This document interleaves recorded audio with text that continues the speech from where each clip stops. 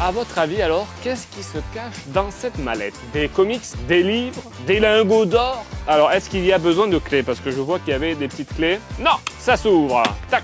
Tadadada. Oh là là.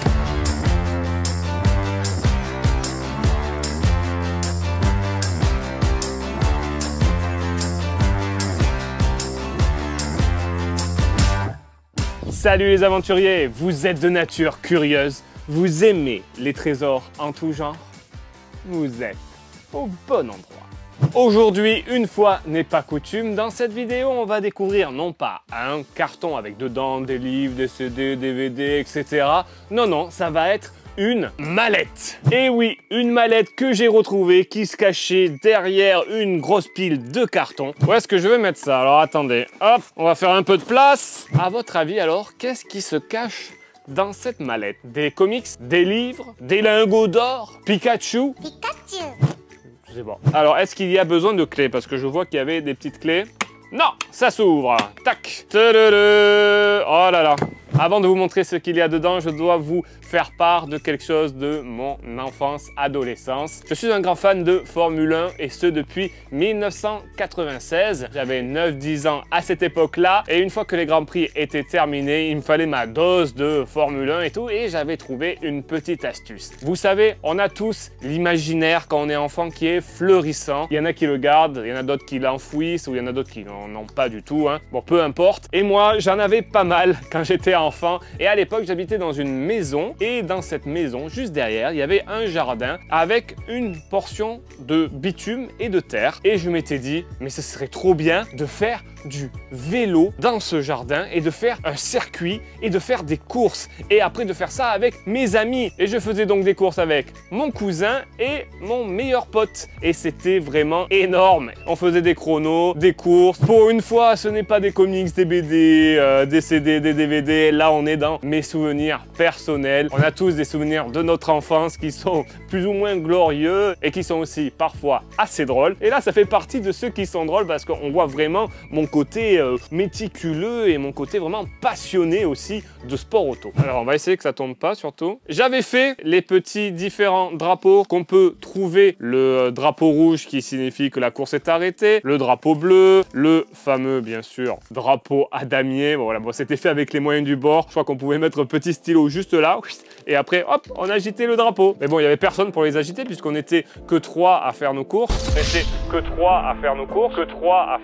Alors, j'ai trouvé un cahier. Dans ce cahier, il résumait toutes les phases de la compétition que j'avais organisée. Un plan du circuit avec les tribunes, le sens du circuit, la zone pour dépasser, le meilleur temps au tour. Moi, je me prenais pour Schumacher à l'époque, donc moi, je jouais Schumacher. Mon cousin, c'était David Coulthard et mon meilleur pote, c'était Nick Heidfeld. Bon, voilà, parce qu'il était chez Mercedes pilote essayeur, je crois, à l'époque, un truc comme ça. Regardez, j'avais fait des dessins avec les meilleurs trajectoire à suivre. Oh, j'avais fait ça bien, ça à mourir de rire quand même. Il y a le règlement F1. Bon, j'avais repris le règlement vraiment de la F1 de ces années-là. J'avais noté les différents drapeaux. Voilà, les différents circuits que vous pourrez voir avec les différents sens. Ouais, il y avait plusieurs combinaisons possibles. Voilà ce qu'on faisait les week-ends quand j'étais petit. On se régalait à faire ça. C'était vraiment sympa. Et mon cousin était bien plus petit, donc il avait un plus petit vélo avec des plus petites roues. Et il était un peu pénalisé par rapport au vélo que j'avais moi ou que mon meilleur pote avait. C'est un peu unfair, comme ils disent. Une notice d'un chrono. Donc j'avais dû acheter un chrono. Ah ben j'ai encore le prix. C'est en 97. Il avait coûté 79 francs. Ça vous fait une belle jambe, hein? J'avais aussi fait un petit classeur. Enfin, c'est pas un classeur, ça c'est quoi? Bon bref. J'avais aussi réuni des articles que j'avais photocopiés. C'était de Auto Edo. Le secret de la MP413. Je la trouvais très très jolie cette voiture. J'avais fait un petit photomontage de Schumacher qui était chez McLaren, voilà, chez les Flèches d'Argent. Ça aurait été stylé quand même, hein. Le petit dessin qui va bien. Ouais, j'avais fait plusieurs saisons et j'avais fait des graphiques. La saison de David Coulthard avec des petits graphiques où on voit son évolution suivant les saisons. J'avais même fait des camemberts avec le nombre de victoires par pilote, par écurie, etc., etc.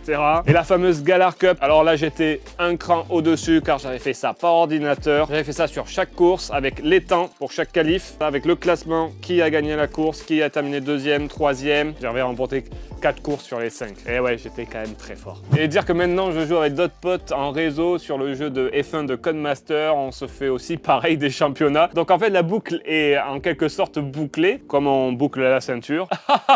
Allez, pour terminer, on va continuer à voir un peu ce qu'il y avait dans cette mallette.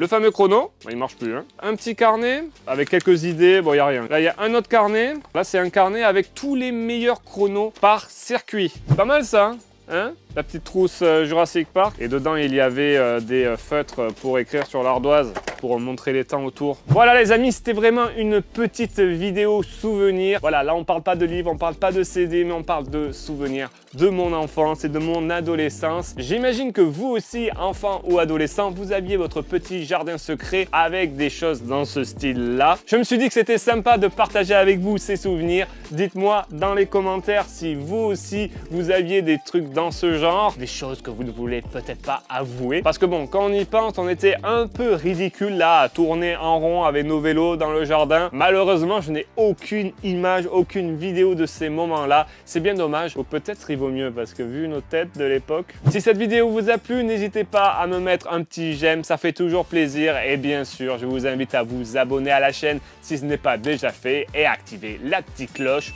voilà, pour ne rien louper des prochaines vidéos. Sur ce, je vous dis à très vite pour de prochaines vidéos. Prenez soin de vous. Ciao!